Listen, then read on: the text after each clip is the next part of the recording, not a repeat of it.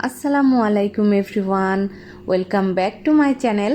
আজকে আমি আপনাদের সাথে ঝাল ঝাল লোভনীয় একটা রেসিপি শেয়ার করব।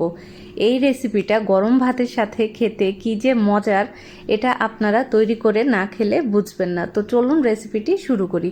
ফার্স্টে আমি একটা মিক্সিং বোল নিয়েছি, এর মধ্যে 3টা ডিম দিয়ে দিলাম একটা টমেটো কুচি করে কেটে নেওয়া আছে, দিয়ে দিচ্ছি 2টা বড় সাইজের পেঁয়াজ কুচি, হাফ টিস্পুন হলুদের গুঁড়া, সামান্য একটু লবণ, আরও দিয়ে দিচ্ছি গোলমরিচ। আমি গোলমরিচটা কিন্তু একেবারে ছেঁচে নিব না, হালকা একটু আস্ত আস্ত থাকবে, ওভাবেই কিন্তু গোলমরিচটা আমি হেমাল দস্তরিতে একটু থেতো করে নিলাম। দেখেই বোঝা যাচ্ছে যে আমি কাজটা কিভাবে করেছি।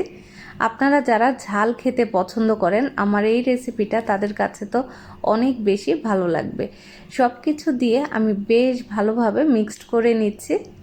তো সব কিছু খুব ভালোভাবে মিক্সড করে নেওয়া হয়ে গেছে। এবার আমি এক সাইডে রেখে দিব ডিমটা।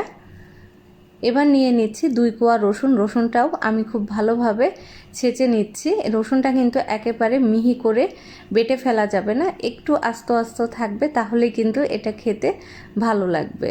তো দেখুন রসুনটাও কিন্তু আমি ভালোভাবে ছেঁচে নিয়েছি। এবার আমি চুলা অন করে দিয়ে দিচ্ছি সয়াবিন তেল একটা ফ্রাই প্যানে। তো ফার্স্টেই আমি রসুনটা দিয়ে তেলের মধ্যে একটু ফ্রাই করে নিব, এতে করে কিন্তু খুব সুন্দর একটা স্মেল বের হবে। তো রসুনটা দিয়ে একেবারে কিন্তু পুড়িয়ে ফেলা যাবে না, জাস্ট একটু ফ্রাই করে নিলেই হবে। এবার আমি দিয়ে দিব 1 মুঠো পরিমাণ পেঁয়াজ কুচি, কাঁচামরিচ কুচি, দিয়ে দিচ্ছি লেবু পাতা। এটা কিন্তু হাতের কাছে থাকলে অবশ্যই দিবেন। লেবু পাতার পর দিয়ে দিলাম শুকনো মরিচের গুঁড়া, সামান্য একটু লবণ। তো লেবু পাতাটা দিয়ে যখন এই সব কিছু আপনারা ভেজে নেবেন, এত সুন্দর একটা স্মেল বের হবে, এটা কিন্তু আপনারা কোনোভাবেই স্কিপ করবেন না। এই রেসিপিতে লেবু পাতা অবশ্যই আপনারা ইউজ করবেন। এবার দিয়ে দিচ্ছি ডিমটা। আর চুলা কিন্তু হাই হিটেই আছে, চুলাটা লো হিটে করার দরকার নেই। ঢেকে আমি ভালোভাবে 2 থেকে 3 মিনিট ভেজে নিব। ঢাকনা খুলে নিচ্ছি। এবার আমি ডিমটা ভালোভাবে উল্টিয়ে দিব। ডিমটা উল্টিয়ে দেওয়ার সময় আপনারা একটু খেয়াল করবেন যাতে ডিমটা একেবারে ভেঙে না যায়, একটু সাবধানে উল্টাতে হবে।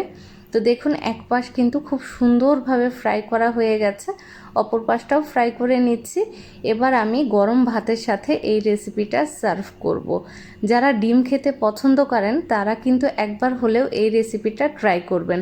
আশা করব আমার আজকের এই রেসিপিটা আপনাদের কাছে অনেক বেশি ভালো লাগবে।